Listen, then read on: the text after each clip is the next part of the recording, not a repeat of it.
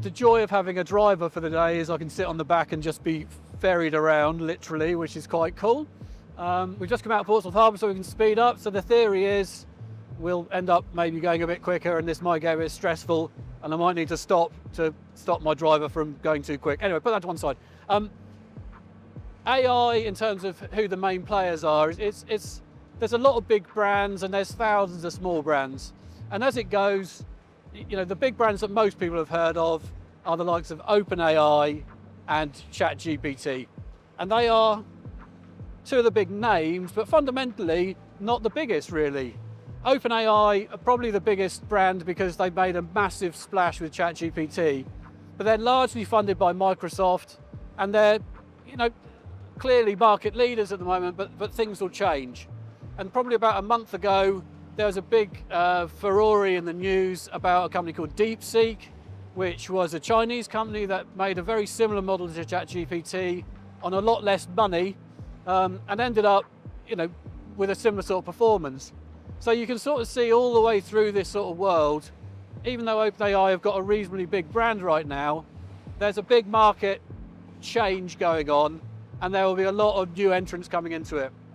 But for now, as of April 2025, OpenAI is probably the biggest brand. ChatGPT is one product in the OpenAI range.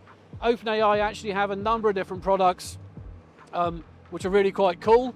So if you get some time and you're a bit bored with ChatGPT, there's a product called Sora, S-O-R-A, which is another OpenAI product that makes video. And in preparation for today's filming, I actually made a short clip of a middle-aged man with brown hair in the middle of the Solent driving around on a boat, and it was rubbish. But I'm going to ask Harry to edit it into the video at this point, because I think it just shows that actually that video was made brilliantly by an OpenAI product after one prompt. It literally took me about 45 seconds to type it in, and it was created. Clearly the outcome was a little bit disappointing with my hands in funny places and the perspectives were a bit wrong, but it was, it's good, and it shows the way things are going. So that's OpenAI's product range, and there's plenty of others. The other consideration is ChatGPT is a foundation for a lot of other companies. So ChatGPT, which is a conversational engine, you can ask it all sorts of things about pretty much anything. And so a lot of products are being based on ChatGPT that do all sorts of clever things. I'm currently playing with, not for any particular reason, cognitive behavioral therapy. I'm quite interested in the psychology of it. And so ChatGPT has a CBT engine that gives you cognitive behavioral therapy type advice or counseling off the back of things that you would normally go to a therapist for. So OpenAI's got lots of, it's the foundation of everything. Another product that sits on top of ChatGPT is Copilot. And Copilot is Microsoft's product that is embedded into quite a lot of its things, but mainly M365, Microsoft 365. So most people will be familiar that Copilot is a product that you can type into PowerPoint, make me a slide set, a presentation that talks about cakes. And it'll do a really good presentation about cakes, automatically generated by, fundamentally, under the covers, ChatGPT. But they're not the only platforms out there. Microsoft and OpenAI have got probably the biggest mind share, but all of the other major IT vendors are very much in the game. Google have got a product called Gemini, or another product called Claude, and they all do very similar things to ChatGPT. Claude is based on a partnership with a company called Anthropic. Anthropic are probably very similar to OpenAI in that they are very good at developing new models. And so, lots of partnerships and collaborations going on. Amazon Web Services, which we talked about in previous videos, have also got partnerships with Anthropic.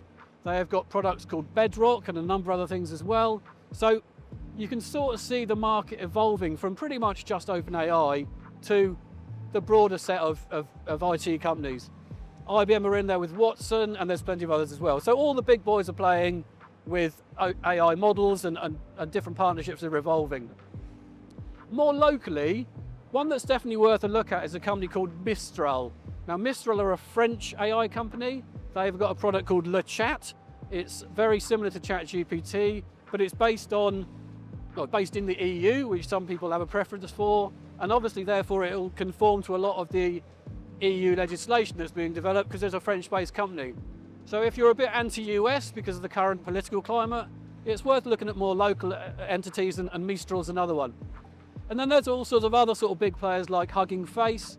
Hugging Face, weird name, are a community of people who swap information and different models about AI, so it's a bit more community-based and open source. And there's lots of other sort of specialists, like, I'm trying to think of others off the top of my head, the people that specialise in different areas, that lots of different companies do lots of different things. And so it's a bit difficult talking about the main players beyond the top 5 or 6 because they've got such mind share. But going forward as a procurement professional, you're quite likely to have lots of little startups and lots of small companies that use foundations like ChatGPT to build specialist products that do certain things.